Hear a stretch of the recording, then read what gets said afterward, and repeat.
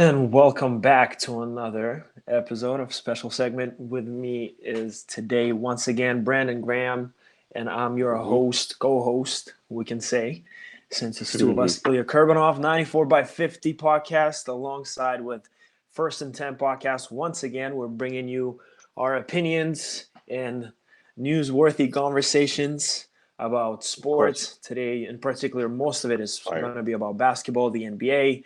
All NBA teams were announced, and the playoffs are still in play as the conference finals progress into Game 5 and Game 6 for both conferences in West and East. And we're going to talk about a little bit about Canadian ball as well in the CEBL. For those who don't know what that means, CEBL is the Canadian Elite Basketball League that is ran by mostly university players from Canada or former university players that played in U Sports, some former Division One players, basically a semi-pro setting but professional setting. And Players shout out get to yes, paid.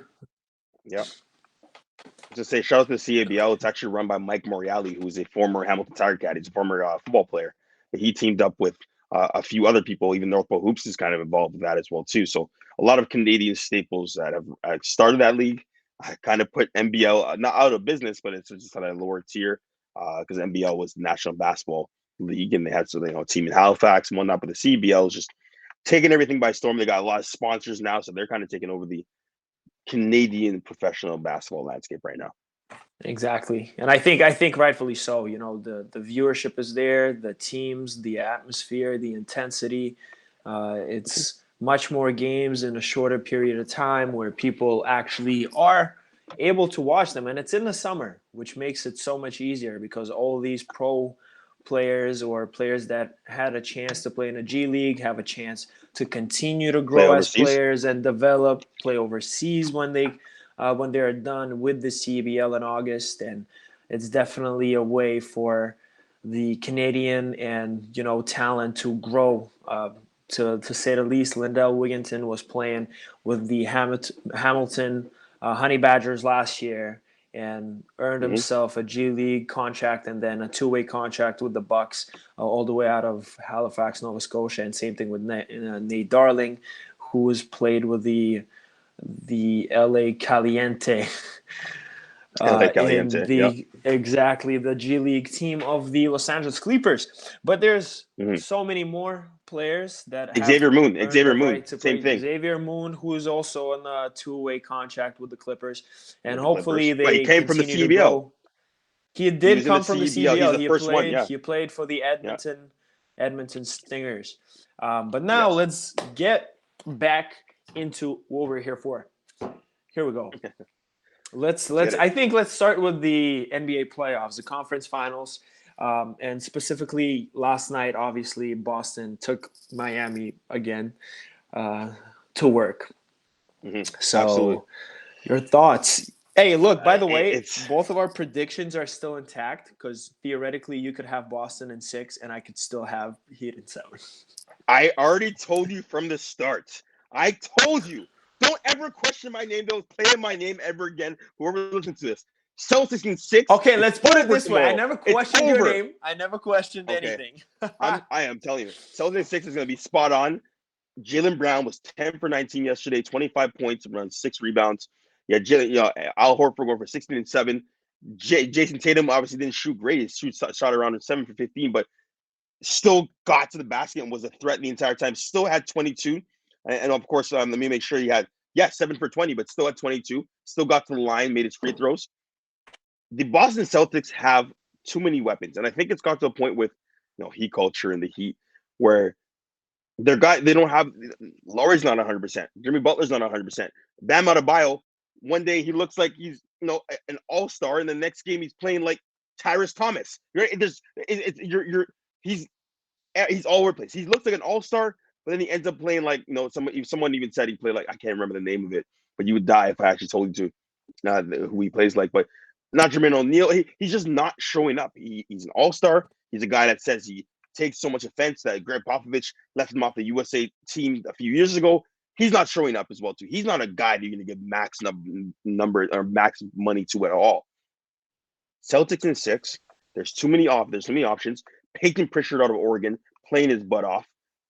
You got, of course, from Tennessee, you have our boy playing really well. Oh my gosh, I'm even not even forgetting his name, but of course it's going to come to me right now. Grant Now, Robert Williams. Williams, Grant Williams, Robert Williams, the Williams brothers are doing a great job, and I'm calling them Williams brothers, not brothers, but they're doing great. Jason Tatum, everyone on this team is contributing. They're all playing well, and this is the reason why they're going to be win the game, going to the NBA playoff, going to NBA Finals, and will be a tough test for the Golden State Warriors. But that's something we'll cross the bridge once we get there. What are your thoughts? I mean, Boston definitely handled them last night. You know, I would say it was an ugly game on both ends for both the Heat and the Celtics. But like you said, Boston is simply outplaying them in these stretches, right? When they get the stops, they have the opportunity to go down the floor, go down the stretch, and punish the Heat whenever they play lackadaisical. So, you know, Tatum obviously, like you said, hasn't had a great shooting night, but yet still 22, 12, and 9, flirting with a triple double. Then you have Jaylen Brown coming in with 25, shooting 5 for 9 from the three.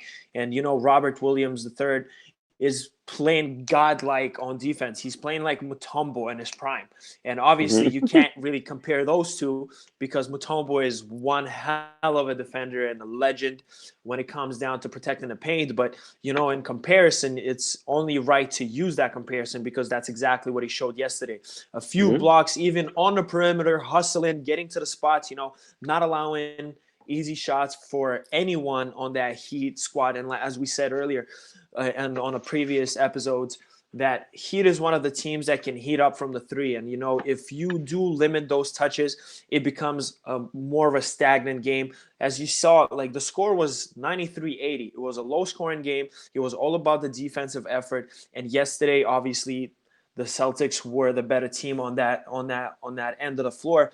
But, you know, you won't. And remember, we said that on the very first, last week actually, after the game one when Jimmy Butler scored 39, and we said if he scores 30 plus, they're most likely winning the game. Jimmy Butler Mm-hmm. last night, 13 points, 4 for 6 18, rebounds. 1 for 5 from 3. You Yep. know, the only guy who respectfully played to his, you know, like we It's Bam. said, that average status is Bam, who had 18 and And 10. 10. But then you Yep. got, you know, guys, they had to stretch their lineup so deep that Gabe Vincent played, Duncan Robinson played, Victor Oladipo, Highsmith, Yurtsven, Martin, one of the Martin twins. You know, how many players are you willing to play in the NBA playoffs in one of those games that can deter the series? Because now they're going back to Boston, and it's going to be Ruckus much crowd. harder to win at the TD Garden on Mm-hmm. Friday night. So Hey, you play in with fire, and it's going to be obviously an interesting game to watch. It's going to be an intense game once again, but the Heat still have a chance. They beat them last week in Boston once, and they split the series both ways and at in my in Miami and in Boston. So it's gonna be harder. It's gonna be much harder because now the advantage is on the Celtics' hands, and they'll definitely push it to the limit so they can close out the series and make it to the NBA Finals. so Kyle Lowry had a game similar to the game I went to in the championship run when the first game against Orlando, where he scored 0 points and had 0 assists. He had 1 assist in this game. He had 0 points. Okay, so he's injured. And we did say, hey, Jimmy Butler's going to have to score 30 points every single game or really get up there if they really want to dominate the team because there's so many guys that can blitz you off the 3 point line. There's so many guys that can double team, whatever it may be. It's going to be really tough to score against these guys consistently because they have really good defenders. They have guys that are lengthy, and they have scores at the guard position. Kyle Lowry has 0 points. The guy that had the most points for your team, the team leader in points, is Bam Adebayo, 18. You score 80 points. You get held to 80 points in the NBA Conference Finals. You don't deserve to win.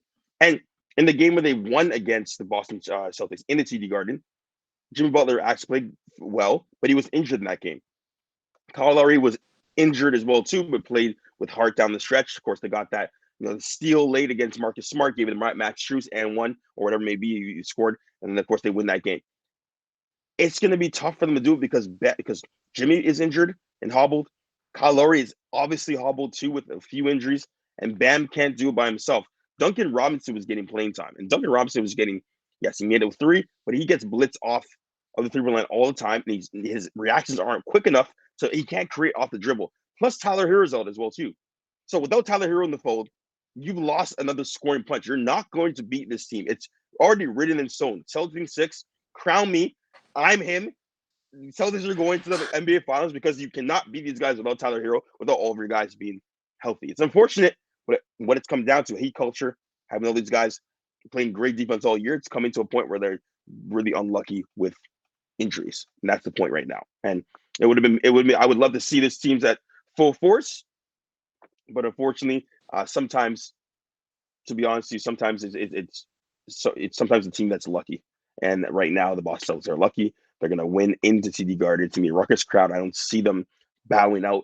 Jaylen Brown is playing great, 10 for 19, as I said before, 25, but it looked like in the third quarter, fourth quarter, like he couldn't miss at all. So if that continues, it's going to be tough for you to stop Jaylen Brown and Jason Tatum. We haven't even mentioned Marcus Smart, who's played great the entire series as well, too. So think about that. Yeah, I mean, it's one of those things like Jason Tatum could have a bad night, but then Jaylen Brown can step in and carry the load. And same thing Exactly. with the guys that step up, right? Like you said, Marcus Smart, Peyton Pritchard had an amazing game 4. You know what I mean? So those things, they just add Derek up and they White make you look much. Derek White has played played fantastic last night. well. He had Yeah. 14 off the bench, right? Yeah. So you have weapons that play well together and that play well coming off the bench and providing that extra spark and extra, fire to what already has been good for the Boston Celtics squad. Like you said, Tyler Hero being injured is definitely one of the factors that hurts the Heat currently, and hopefully he has a way to come back for that game 6 that could be pivotal 100% for the Heat as they are facing elimination. But now let's shift back to let's shift forward towards the Western Conference as the Golden State Warriors are looking to close the series against Dallas Mavericks this evening. 5. And we said you said a sweep last time. I said I'm giving Dallas benefit of the doubt. They're going to steal a game or two. They managed to do that. Luka Doncic played fantastic in Game 4, not allowing anything to get to him. It was a great home showing for the Mavs, and it paid off. They slowed down Curry, they slowed down Jordan Poole. Then Golden State had to rely too much on Andrew Wiggins and Kevon Looney, who are obviously not the number 1 and number 2 options on the team, and that's where you lose the game. So, but you still only managed to lose by 10 points if you're going to the Warriors. And to be honest, that third quarter was awful. After the delay, there was a stretch for about 7 minutes, and that's where the leads stretched from a Dallas perspective, when they played Kevon Looney, Klay Thompson, Jordan Poole, Kuminga, and I believe it was Otto Porter. Okay, so Jordan Poole is coming down the floor. What do you do if you have that lineup? If you have Klay Thompson, Kuminga, Kevon Looney, and Otto Porter, who are you trying to get the ball to? Who are you getting the ball to? Good question. No. Who would you as a coach get the ball to? Give it to whoever's hot. Give it to Wiggins. Wiggins had a great game. No, he was not on the floor. So you have Kevon Looney, Jordan Poole, Klay Thompson. You got to give it to Jordan Poole. And Kuminga. You got to give it to Jordan Poole. You're gonna give the ball. You got to give it to Jordan Poole. Okay, if Jordan Poole is coming, that's your Michigan bias. If Jordan Poole is coming down, if he's coming down, and you set a high screen for him, you got to look for other ways to get Klay Thompson open. Klay Thompson's your guy. Yeah, 100%, 100%. But you want Jordan Poole to run the show. You want him to run the point, so the rest can work towards Klay Thompson. Get Klay Thompson open. I see what you're trying to say. There was 4 possessions in a row where they didn't look for Klay Thompson, and you could see he was frustrated in his face because every time they didn't look for him, they missed in that end. The Mavs went down and got easy buckets. You got a 3 from Kleber. You got a 3 from Reggie Bullock. You got a 3 from, or you got easy basket from Jalen Brunson, and that stretched the limit. So it was like at that point you're like, okay, it's gonna be too tough. Now you're down 20. It's one of those games that you're away. You're already sitting pretty at 3-0.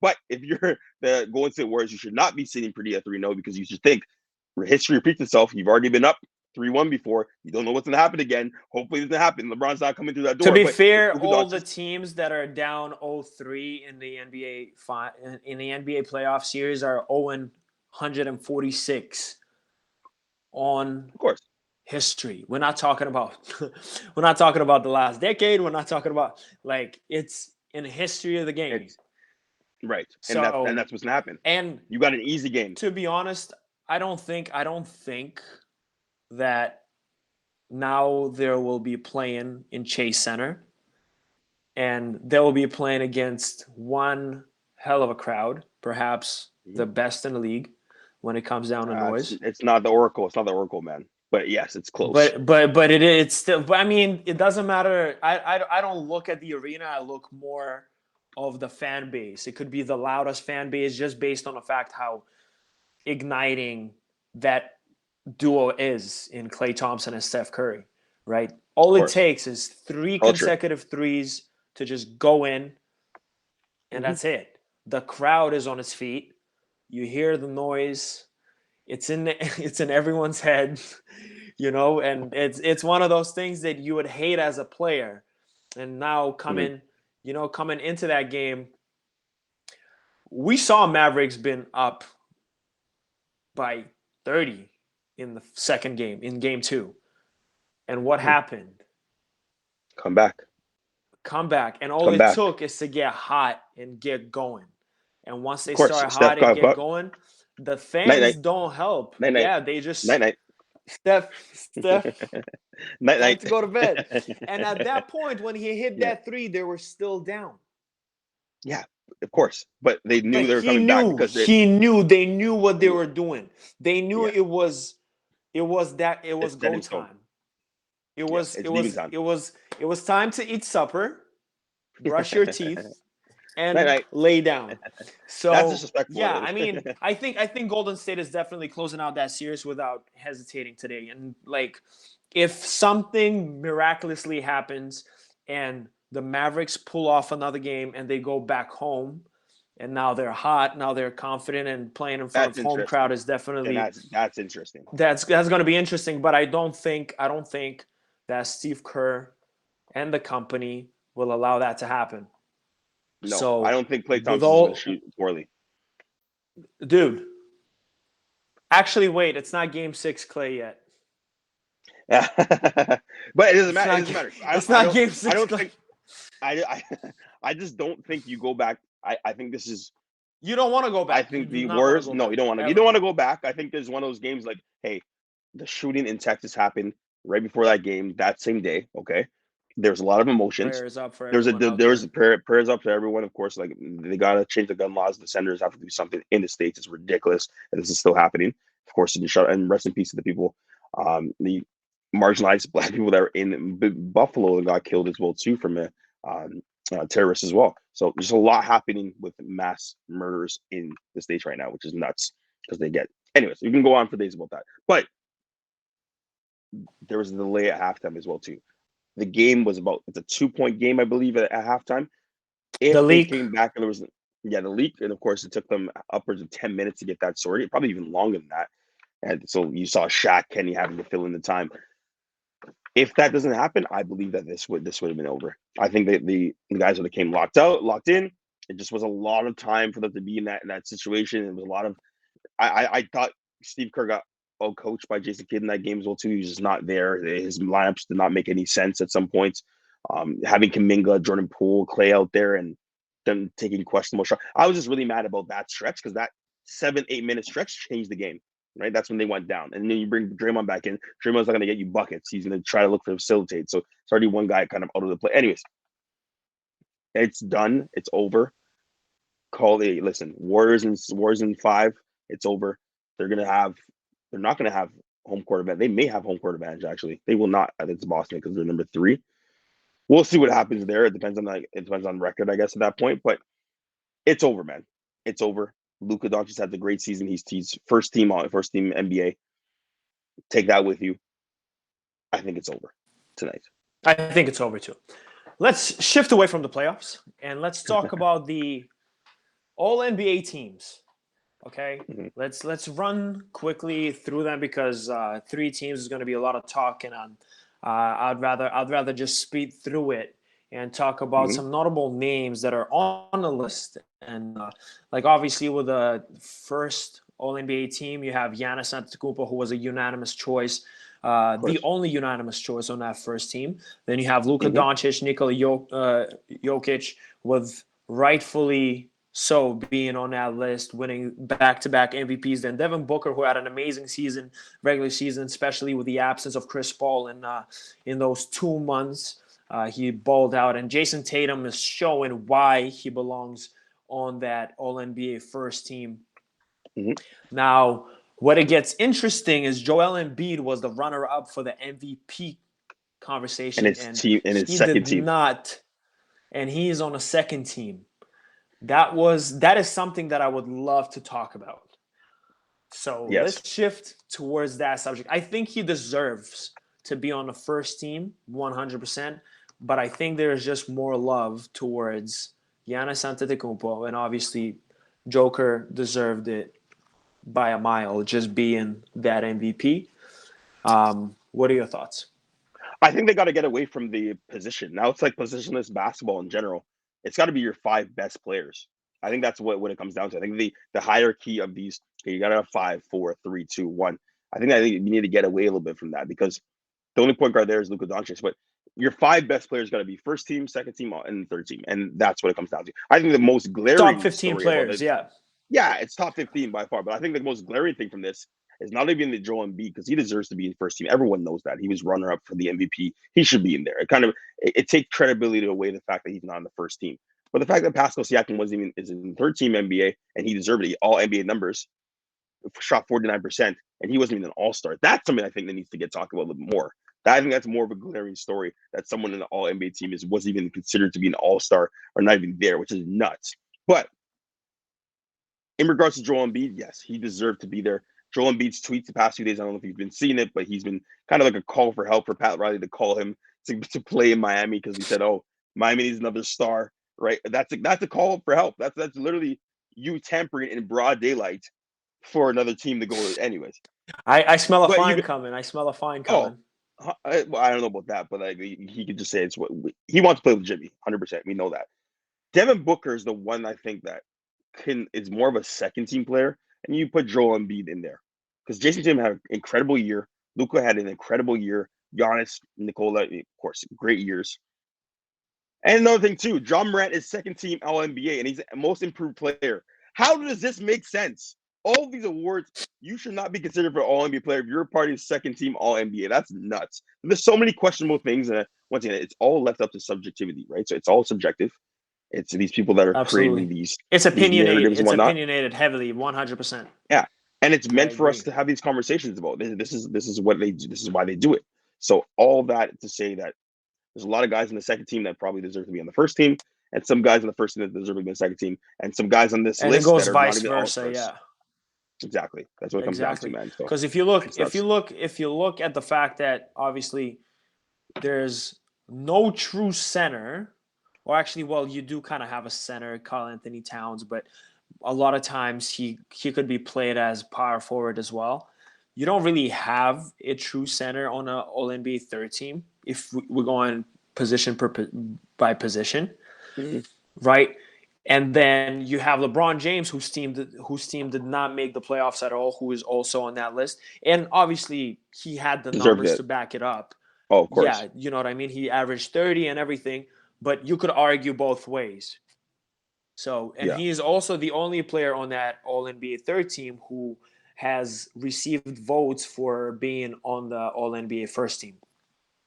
he's the only So, one. looking at the whole list, he's the only one on that All NBA third team. He had two Honestly, votes to be yeah. on the All NBA first team. Yeah, If he didn't get injured, I don't think if he didn't get injured, I think he would have been the MVP. I think, and I've been saying there's so many. He deserves so many more MVP nominations. It's ridiculous in his career. Because he was he was the best certainly. player by far, right? And I think all of these to say, man, it's a great honor to be All NBA. You're one of the best players in the world, which is great. And we have one in Pascal Siakam as a Raptors supporter. But some of these whoever's putting this together, I don't know if it's peers, I don't know if it's the media, because it's a combination, and even coaches sometimes. Some of these picks are questionable because Trae Young had a good year, but he didn't have an outstanding year. He had numbers, but he didn't have an outstanding year, right? Like you can make the case for guys, even Jalen Brown had a really good season as well too. But there's a few other guys that had really good seasons. I think had a better showing than Trae Young this year, and they weren't part of this. And plus, Trae Young was out for a lengthy period or a bit of time. So there's a few things that are questionable on this list, but everyone's in the point to Pascal Siakam. I'm sorry, he shot 49% from the field. He was averaging close to triple double. He was playing consistently. He was unstoppable at many points in the year. If you don't agree with him being on the third team, watch more basketball. No, he's definitely had an amazing season, and if people really argue that, it's really a lot to do with the conversation of watching basketball. If you could be, because if you really think about it, a lot of these players, like even Chris Paul, right? He has been injured, but then before the injury, he was one of the guys that was in a conversation for potentially being the most valuable player in the whole league, right? So and going, same thing goes with Steph. KD obviously up and downs with who he had consistently on a team. Kyrie being on and off with COVID and whatnot. Then James Harden obviously gets traded. Then Ja Morant, also another candidate who's made the All NBA second team. Won the Most Improved Player of the Year award, and then also another guy who had an amazing season, but yet again with injuries he had to miss extensive period of time. So there's a lot of players on that list that you can flip up and down on all three teams, and it's like another, like you said, it's a subjectivity thing. So for what we see on the list, I think everyone is deserving. You could argue that someone could have been on the list as well, but has not made it and whatnot. But I think overall the list looks pretty accurate if you ask me. I So don't know, man. LeBron averaged 30 for a lengthy period of time and pretty much the entire season, and he's not even in the second team. He had a better season than Ja Morant. I'm sorry. He did. I He think did. I think it has to do with I think it has to do at this point. I think it Success. has to do with winning. Is the fact that obviously Memphis was winning games, but that's another thing that you could really argue, because when Ja Morant was out, they were still 20-2 without him. So are they really better without him, or are they not? What's the thing with it that made the media / coaching peers, whoever voted for that list, to really choose Ja Morant over LeBron James, for example, on that list, right? But Of course. it's one of those things that we couldn't really argue if you think about it. Yeah, But of course. All now, day. all NBA teams. Congrats to all the winners. Obviously we don't know them personally if you haven't caught on to that yet, but one day maybe. Dream big. No Pascal quite, but yeah, we'll see. There we go. Now let's go into like some fun action right here with the Mount Yeah. Rushmore list Mm-hmm. of point guards. We're doing Wow. point guards this time. Next week, if you tune in, you'll probably hear the list of shooting guards that we think deserve to be on the Mount Rushmore. Since Brendan is joining me every week to do this, I'm gonna let him go first. So, what's your list, man? Who made your list? Who's on your Mount Rushmore of point guards? All time? Or this right now in Absolutely, the yeah. state? Oh, Not all not time? not this season. Who cares Oh, about this okay, season, man? okay. To be One of honest, the I point guards respect. that's supposed one of the point guards that I would put on that list didn't play this year, so I don't want to talk about it. All right, so okay, that's okay. Damian Lillard is not supposed to be. Damian Lillard is not there at all. Okay, so if you think about point guards in Mount Rushmore, and you're Rightfully looking at, so. oh yeah, you're looking at history, and once again, this is all subjective as well too. I didn't do any research about this because I'm just going off of my own knowledge of the game and whatnot. But Yeah. you have to go with Jason Kidd. Jason Kidd is definitely up there as facilitator extraordinaire. I'm gonna put Jason Kidd up there. He's still a Hall of Famer. You have him up there 100%. If you see He has a his championship game to his from name. championships, his name right with Dallas, played great in Top made two his in name in steals and Phoenix. assists. Yep, yeah, exactly. Incredible, right? Played great for the Nets, right? Getting to the NBA Finals, losing to, I believe they lost to the Spurs, right? And at that time when the Spurs were going through really just dominance in general. So he got caught in that, but he did get his NBA championship, which is great. And he's the best passer I think I've ever seen as a point guard. Then you have Steve Nash. I'm gonna put Steve Nash up there. I that two MVPs.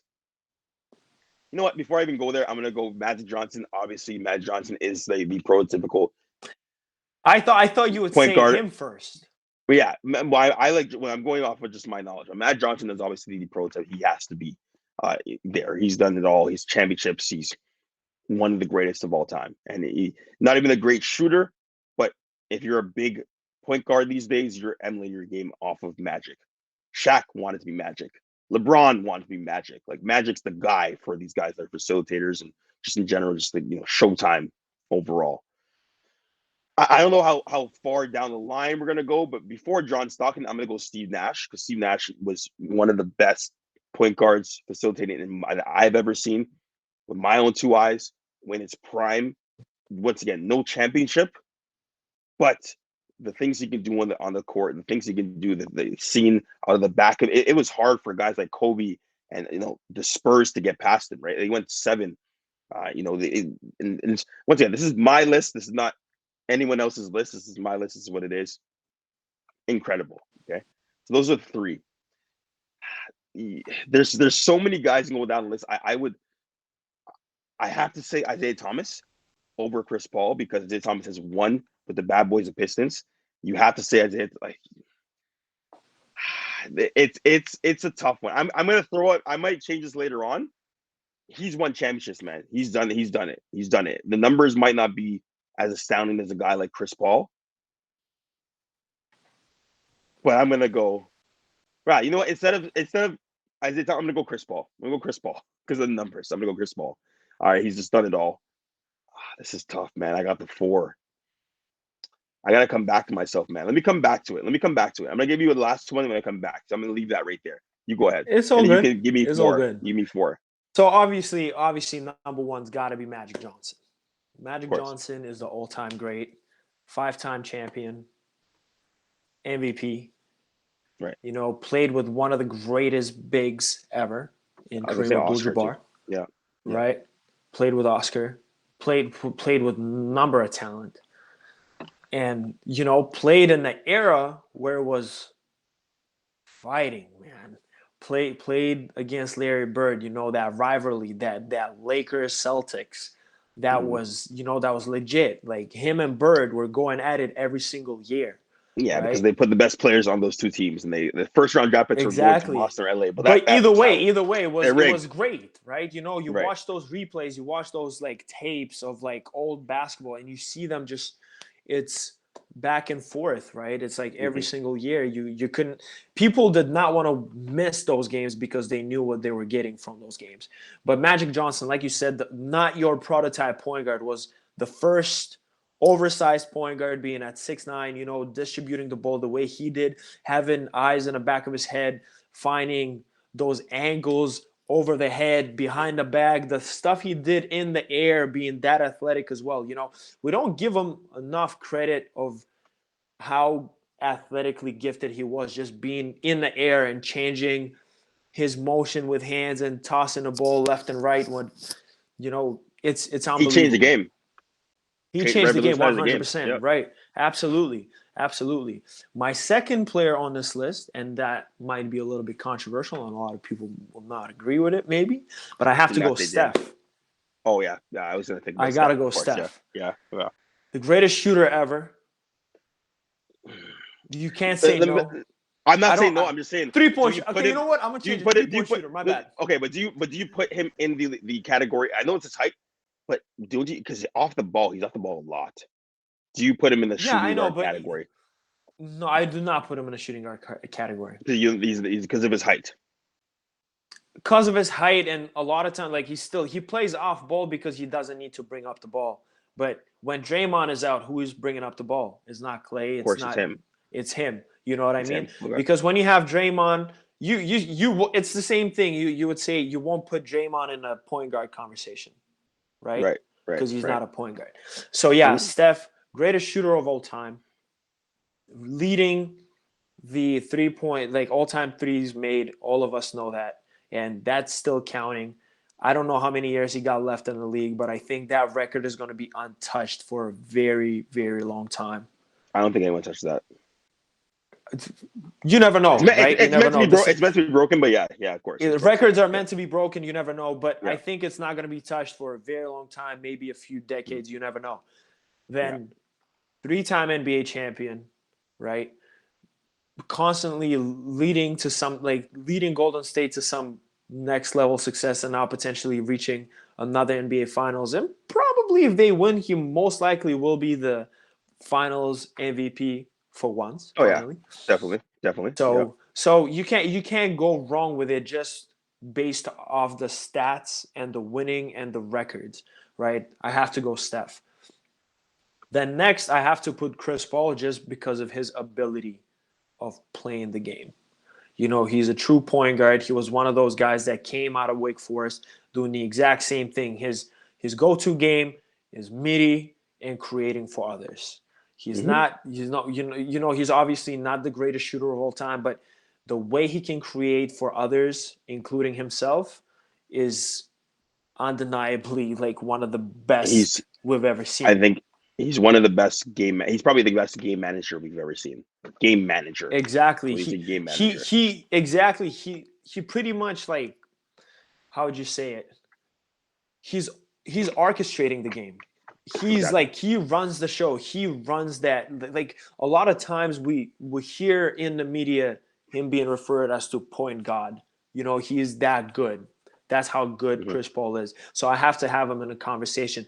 And then my fourth point guard would be John Stockton. And the reason why is because his stats. He is all-time assist leader. Yes, he never won. He had to play against Michael Jordan in the finals twice and lose twice. He is all-time steals leader as well. And a lot of times people will say, "Oh yeah, but who did he guard? What did he do?" But numbers don't lie.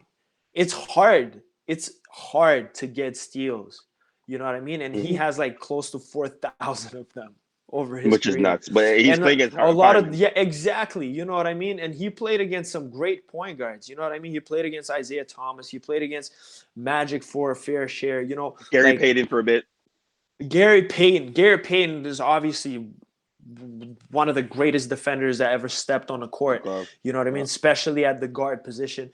But you can't lie. Like, and obviously he never won a championship and whatnot. And obviously you can argue he had Karl Malone on his side, so that pick and roll. You need to be good to read the pick and roll. People think Of pick course. and roll is like a fundamental thing. Yes, it is. It's a skill that you need to have. You need to understand what you're doing. But if you don't know, if you don't see how the defenders react to the pick, are they switching? Are they hedging? Is it like bumping? And then like it's still hard. You know It's what I hard. mean? Yeah, of So course. It's the hardest thing to getting the guard. ball to one of the best bigs that ever played as well in Karl Malone, it's still impressive, right?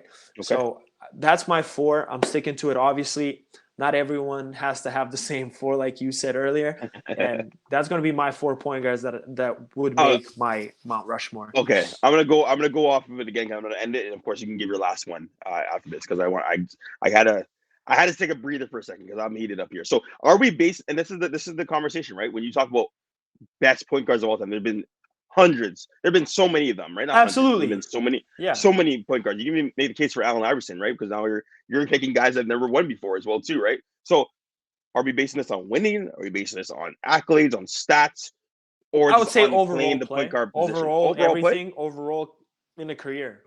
Okay, so I'm not gonna put Everything Isaiah they have Thomas in there. done, numbers Right. wise, winning wise, you know what I mean? Like stats wise, records, whatever the case may be.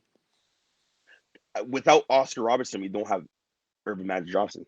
Right. So that's one thing that That's you true. and when they talk about decades, it's one of those things that can get really, really weird. But once again, I'm gonna go again. Magic Johnson.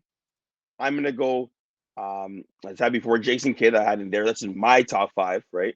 I'm gonna put in. I know he's never won, and I really want him to win this year, but he didn't. But it's because of what he does. He's third all time, or fourth all time in steals. Jason Kidd is second. John Stockton is third. Is first. Sorry. I'm gonna put Chris Paul in there, number three. Number 4, you say point guards. You're going to put him in point guards. Of course, I'm going to go Steph Curry. I was thinking about that, but you have to put Steph Curry at this point.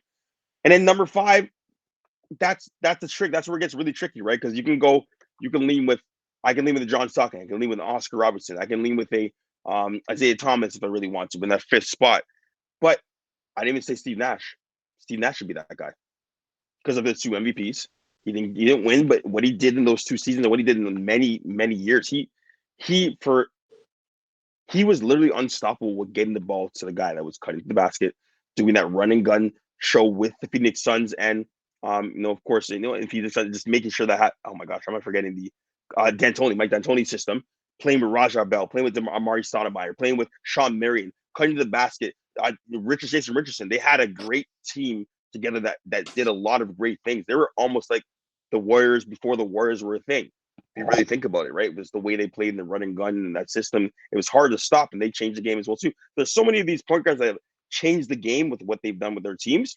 So go again, Magic, Steph.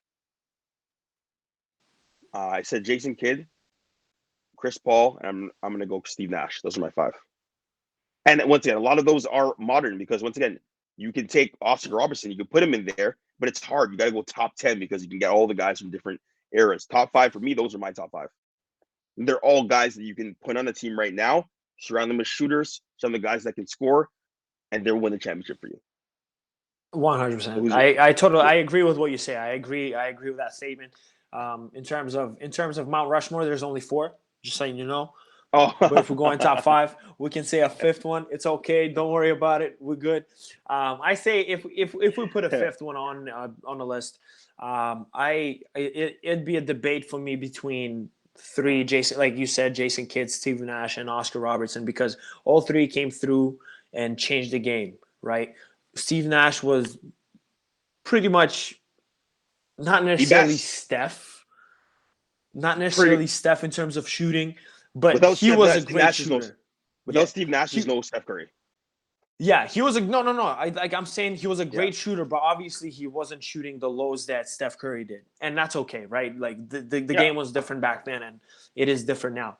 Then And same Steph's thing with stamina. Oscar Robertson, first one to ever average a triple double for a whole season, holding that triple double record for a very long time until Russell Westbrook decided, you know what, I'm taking over, and broke the record and then averaged triple double a season for 3 straight years, which is 3 straight amazing years, as yeah. well. Maybe 10 Mhm. years down the line, we'll be even talking about Russell Westbrook being in a conversation for that spot as well. You never know. But the winning, right? He hasn't won, right? Yeah, And no, I he was understand. he was No, average he was averaging that and not winning, right? So that's and he it's won two NBA rings as well with the Milwaukee Bucks yeah, of course, back Oscar, then. yeah. So Hmm. so obviously there's a lot to consider when you talk about the 5th, and obviously, like you said, Jason Kidd is also one of the greatest point guards ever, playmaking, shooting. Like, he was doing a little bit of everything, playing the defense. He won the ring with the Mavs in 2011, um, alongside with Dirk, beating the Miami Heat, Sean obviously. Marion, So yeah, there's a lot of Phoenix too. factors that you can put through it and kind of argue. But this is going to be our list. We're going to come back next week and we're going to talk about shooting guards, Shooters. actual This is shooting interesting, guards. man. It's real interesting. I want to hear what people have to say about that. But isn't it interesting that you have Chris Paul, who's never won, in Russell Westbrook, and we didn't even mention Russell Westbrook as a point guard, as that guy, because as from the core foundation of what a point guard should be, Chris Paul emulates that. Whereas Oh, Russell 100%. West Russell And you know Westbrook what's is like, funny? Because I think if we talk like true point guards, there's 2 true point guards that I looked at always and thought these dudes are insane. And that would be Chris Paul and Rajon Rondo before Rondo uh, got hurt. Because yeah, if you before think, he Rondo got, tore his ACL, and yeah, then it was a different Rondo. Then everyone obviously left him in Boston by himself, and then he had to fight with coaches. Mental state was not necessarily there for him as a player, but he read the game very like a well. monster. Yeah, he was great. We didn't even mention I Kyrie. vividly remember. Yeah, you know what I mean. Like, I vividly remember when, I think when he was with Sacramento, and I don't exactly remember who they played, but it was Atlanta. It was against Atlanta. They played. It goes to a last play of the last play. They're up, and Atlanta inbounds the ball. Mhm. Rondo puts everyone in the spot where the ball is supposed to end up. Mhm. Tells Mhm. Mhm. everyone, cut Let's go in there. Boogie, you got to be there. You got here, you go here. The ball's going to go there, and they're going to try to enter it literally while they're getting So ready to running it. inbound the ball. Guess what happens? Yeah. They inbound the Same ball, thing. the play is broken, game over. Yeah. Exactly. You know Exactly. what I mean? He's That takes a lot. It's a he's lot. photo. It's a He's a it's photographic memory. He's a photographic memory, right? absolutely. So there's a So lot of it's those like it's guys one that of have. those things. Yeah. He's a Yeah. It's miniature incredible. LeBron. Yes. Yes. Yeah. Yeah. And when you're it right. comes when And it comes down thinking the game, you know what I mean? So champion, two-time champion as well, right? yeah, 2 time. exactly, right. And Yeah. and Yeah. He's one, up he there. was at the core of it, right? He was the starting point guard and running the show, finding Yeah. Ray, Paul Pierce, KG, the I legends. think. That team Yeah. was I think you stacked. should. I think you should do top five rather than four. I think four is too hard. Let's do top five. Next time we're doing a top five. I got you. Top It's five. not Top a. five. Top five. It's gonna be Mount Rushmore plus one. Let's call it Yes, this way. sir. All right. Sounds good, man. Okay, now let's shift back to sum it up a little bit. Let's talk about CBL, man. This amazing. It's incredible. I think CEBL probably was one of the best inventions that could have happened to Canadian basketball. And here's why. Here's why I think that. There's a lot of Canadian talent that plays on Canadian universities that chose to stay in Canada. Not because they were not recruited to play Division 1 basketball, not because they were not good enough to play Division 1 basketball and have a shot to go to the NBA, but because they chose to stay home. They chose to stay home and showcase their talent and get education from a Canadian university and maybe be closer with their family and maybe be closer to their friends and whatever the case may be. And then CEBL comes in and says, you know what? Why don't we start a league where we're going to reward our Canadian university athletes, specifically, obviously, basketball players, pay them for their tuition, a portion of their tuition, and they play for us in the summer. And as that continued to grow, now players start earning professional contracts. They start getting paid more. The CBC starting to cover the Hmm. CEBL, and it becomes bigger and bigger and bigger on TV. Now, Hmm. there's so much buzz on social media around CEBL. Yeah. Now, They the did it. expansion, getting three new teams in one season, Hmm. that is being Scarborough, Montreal, and St. John in Newfoundland, I St. John. St. believe. John. Yeah, it's St. I John believe it's St. Growlers. John. Yeah. Yeah. So that's three teams in one year. I'm hearing there's a talk of getting a team in Nova Scotia. Hmm. I don't know what city exactly yet because there's Truro, which is a little bit outside of Halifax, like about 45 to 15 minutes drive.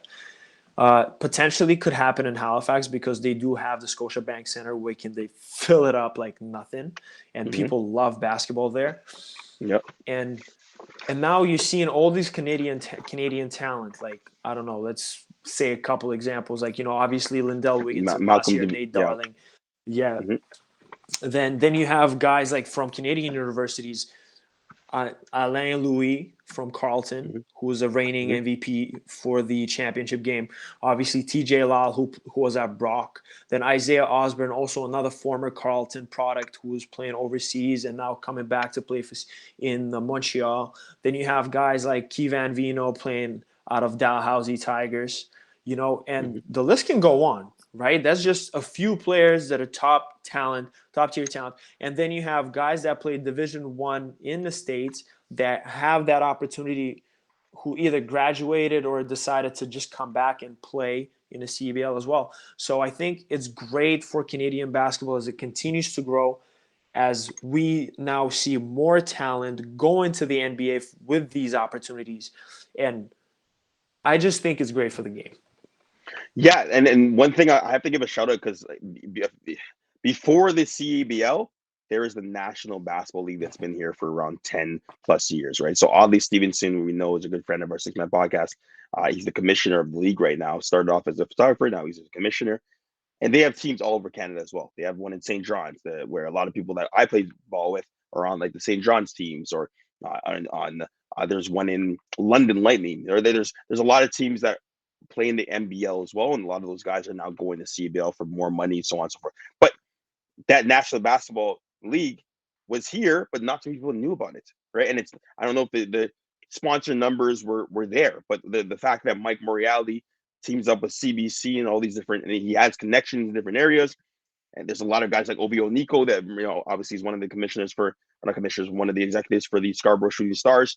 Now you got J. Cole coming and signing up through OVO. It's incredible. You have J. Jalen Harris, Cole. J. Cole. You have Jalen Harris, former Raptor. Hopefully gets back into the league because of everything that his allegations. He's playing with the Scarborough Shooting Stars as well too. He's gonna eat in that league. Kyle Alexander as well. Kyle Alexander, another guy as well too. That's gonna play great. It's once again, I want to give credit. CBL, Mike Morale did a great job putting this all together and the expansion. It's a great business. It's going to boom and everyone's going to go to the games. There's a game today. I'm doing this podcast, but there's a game starting right now. Scarborough Shooting Stars versus the Guelph. I believe it was the Guelph. I can't remember the Rattlesnakes or whatever it may be. The Guelph team supposed to be there. J. Cole's probably supposed to be there too, but I'm here on this podcast because I'm loyal. But hey, listen, there's the NBL was here before, and they're doing what the NBL could not do. Unfortunately, they're doing what the NBL cannot do. They have more sponsored money. They have more money. Exactly what you said about the university players getting a chance to play while they're in the summer with those CIS teams. Pay them incredible. It's almost like a nil deal that's going on in the States. I think it's incredible, and it's really, really smart because you want to grow the game's huge already in Canada. I remember being in university in 2013, 2012, and seeing the rise, seeing Tristan Thompson, seeing Corey Joseph, seeing all these guys go to the league and play in D1 areas. Shout out to Jabs Newby, who's going to be on one of the teams in this summer as well too. Malcolm DeVivier, another guy that played at Oregon State, is going to play there. The Johnny Hamilton played at Oklahoma is going to be playing in the CBL as well too. So there's so many guys that you can pick from. Dwayne So Notice, much talent. There's just so much talent. Dwayne Notice, another guy that can come back and play. So it's another opportunity for these guys to not only play in the state or be seen on a bigger scale, get those bigger contracts in Europe or where it may be, but be home and be able to play in big arenas in a league that's going to continue to grow and continue to be better because once again, it's still great competition. It's a great talent, man. So shout out to Mike Morale, shout out to all those teams, man, because I can't wait to come and see some of the games this summer. I come to Montreal too. Come to Montreal and see our Scarborough Shooting Stars slap you guys. I was trying to see Scarborough next week just because J. Cole was coming.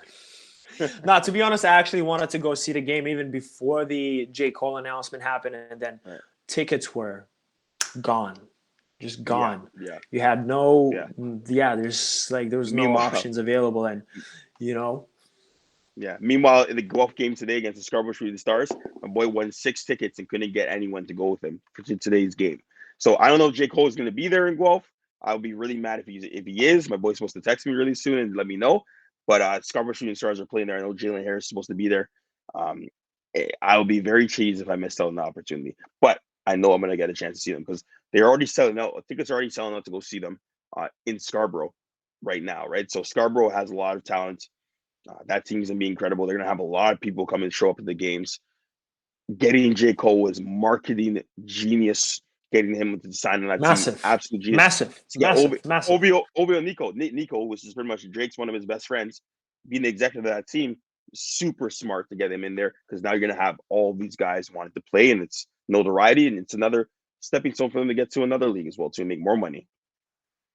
And there we go. CEBL is on the rise, as we said it. It's going to be one of the leagues that players actually will look forward playing in, you know what I mean? And as they start changing the rules a little bit, they now allow international players to join teams here, and international being anybody who is not North American. So people can come fly from Greece, UK, Italy, and you can name the list of the countries that are out there who have professional leagues and professional basketball players.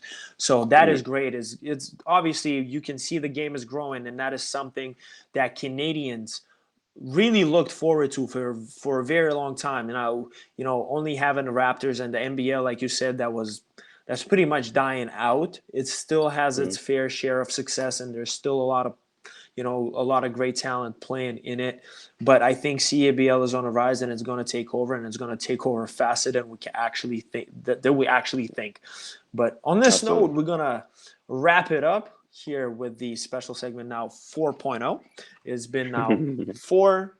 There'll be a Yeah. 5th one next week, probably Let's around the go. same time, either Wednesday or Thursday. You can catch us around 5:30, 6 p.m. It's going to be great. We're going to talk, spoiler alert already, you heard it. We're going to talk about the shooting guards, Shooting top 5 stars. shooting guards all time. You know, they're going to, Yeah. those who knock down treys, guys like Michael Jordan, guys like Kobe, Kobe, guys of like D course. Wade. You're gonna But, say Devin Booker, aren't the you? list can go on and on and on, right? But most importantly, thank you all for supporting us on this journey. Keep on tuning in. We'll try our best to deliver the best possible content because that's the goal for us. And as long as you enjoy it, we enjoy it as well. Without further ado, peace, love, and positivity.